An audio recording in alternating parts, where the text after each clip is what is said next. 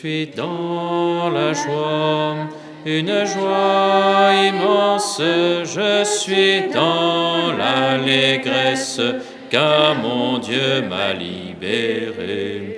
Je suis dans la joie. Oui. Vous pouvez être dans la joie alors que le monde va mal. Ben écoute, c'est assez simple.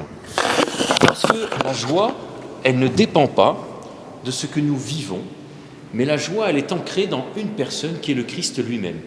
Et le Christ ressuscité, c'est-à-dire victorieux de la mort et du péché. Et cette victoire-là, c'est la victoire du chrétien.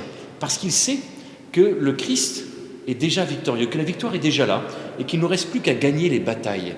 Et donc la joie du chrétien, étant ancrée dans le Christ vivant, eh bien, elle ne dépend pas, si tu veux, de ce que lui peut ressentir, qui parfois correspond à des montagnes russes, des hauts et des bas. La joie du chrétien, elle est profonde, elle est dans le Christ, parce que, eh bien, nous vivons cette joie de la résurrection.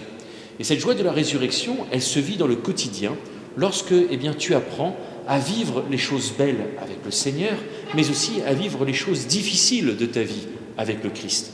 Et c'est ce que saint Paul dira, justement, lorsqu'il sera au fond de sa prison, sachant très bien qu'il va mourir martyr, décapité par les Romains. Il sait très bien que, eh bien, ni la mort, ni la persécution, ni la souffrance, ni la maladie, ni les insultes, rien de tout cela ne le séparera de l'amour du Christ, parce qu'en tout cela, il est victorieux. Et c'est ça, la joie du chrétien. C'est que quoi qu'il arrive dans sa vie, il sait que Dieu est avec lui, il sait que Dieu l'accompagne, il sait que Dieu est son salut, c'est-à-dire sa force et sa victoire. Voilà ce qu'est la joie du chrétien. Et donc le monde peut aller mal, il sait qu'il peut être cette lumière du monde, à l'exemple du Christ qui redonne cette espérance, cette joyeuse espérance de tous les chrétiens.